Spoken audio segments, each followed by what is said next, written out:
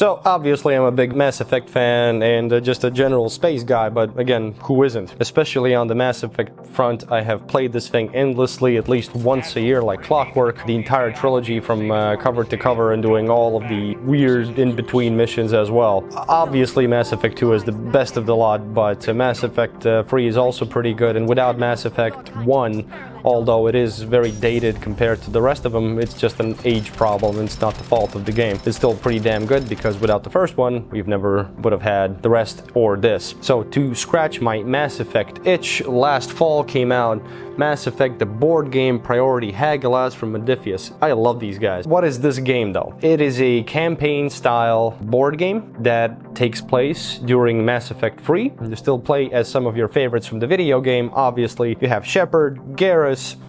If you don't remember Garrus, this is Garrus, Tali, Liara, and Rex. And depending on what is your starting point on the campaign map, you get to do different kinds of loyalty missions, and overall, I think the campaign map creates good diversity. So depending on what you're playing on the campaign map, we jump to the campaign book itself, where on a detailed map you have a variety of stuff. The objectives usually are more or less like they were in the video games. Gotta retrieve files, gotta save some civvies, but Shepard always needs to be alive. And as it's based on an RPG, it also has some RPG elements especially tied into the game. I'm not gonna go line by line into what everything is regarding this board game, and currently I'm just giving you a very general impression. We have played not all of it, kind of keep getting Shepard killed here and there, boxed in by marauders, but I just want to pass on you a general impression. If you ever come across the game and you're like, should I get it or not, maybe this will help you make a decision, because the tabletop gods know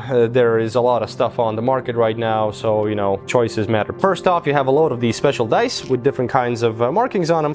You throw them in your preferred version of a dice cup or a dice tray. Essentially, you use up all the start dice right away, and then depending on what you want to do with your character, if you have a corresponding symbol on your die, you can put it down on the respective fields, moving, hacking, shooting, whatnot, and same goes for the specials. And then you pass the dice along to everyone else. In essence, this is a cooperative game. There is definitely some planning ahead involved in all of this to succeed as a team and make sure your Shepard does not die. Characters differ based on their inherent abilities. So for example, completely blipped out on this while reading the rules, but for example, only Shepard and Tali can open doors because of Omni tools.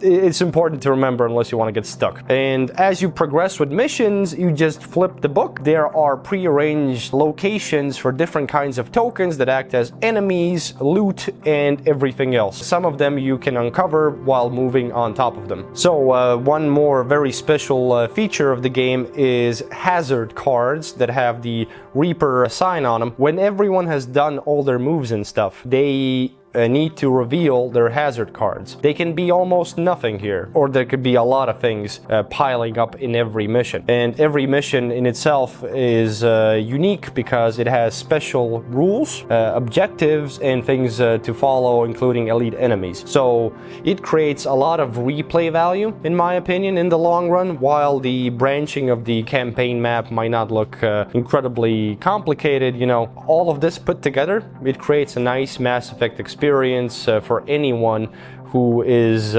looking to get back in the Mass Effect universe before the next video game comes out, whenever, but hopefully soon. And aside from the cool Alliance swag everywhere, after playing the game as far as we have, it feels very much like there is a lot of room for expansions in the future, and I'm personally hoping that is true. As with most board games, I think this is not like the most complicated game to play on your own or learn on your own, but you might need some additional resources right here on YouTube as to how to play the game, and focusing on some facts and questions sections in terms of some of the minute details.